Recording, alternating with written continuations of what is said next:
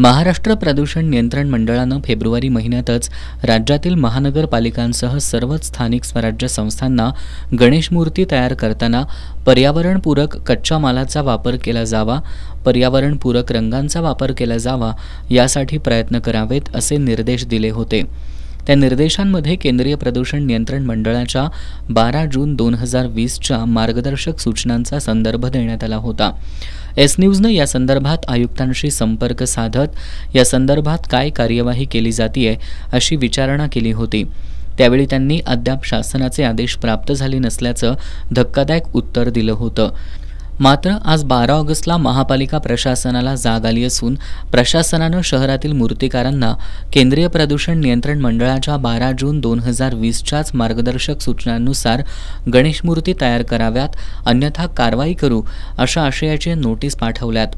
या नोटीसमध्ये जैव विघटनशील आणि पर्यावरण स्नेही कच्चा माल म्हणजेच पारंपरिक मातीपासून गणेश मूर्ती तयार कराव्यात, मूर्ती रंगवण्यासाठी पर्यावरणपूरक रंगांचाच वापर करावा, कृत्रिम कुंडांमध्ये मूर्ती विसर्जन करून विसर्जित मालाचा पुनर्वापर करावा अशा सूचना देण्यात आल्यात। या सूचनांचं पालन करणं आवश्यक असून उल्लंघन झाल्याचं दिसून येताच याबाबत योग्य ती कारवाई केली जाईल असं नमूद करण्यात आलंय।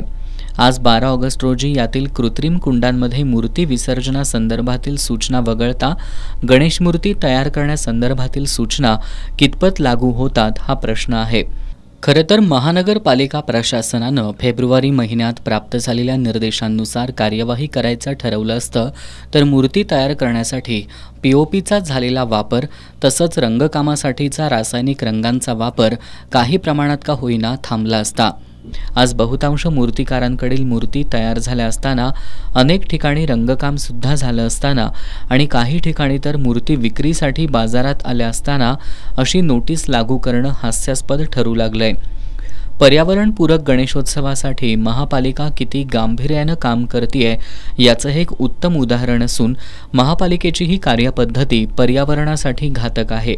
त्यामुळे महानगरपालिकेनं बैल गेला आणि झोपा केला किंवा वराती मागून घोडे या उक्तींनुसार केंद्रीय प्रदूषण नियंत्रण मंडळाच्या 2020च्या मार्गदर्शक सूचनांचं उल्लंघन झालं तर कारवाई करू अशी नोटीस बजावणं हा केवळ फार्स ठरलाय।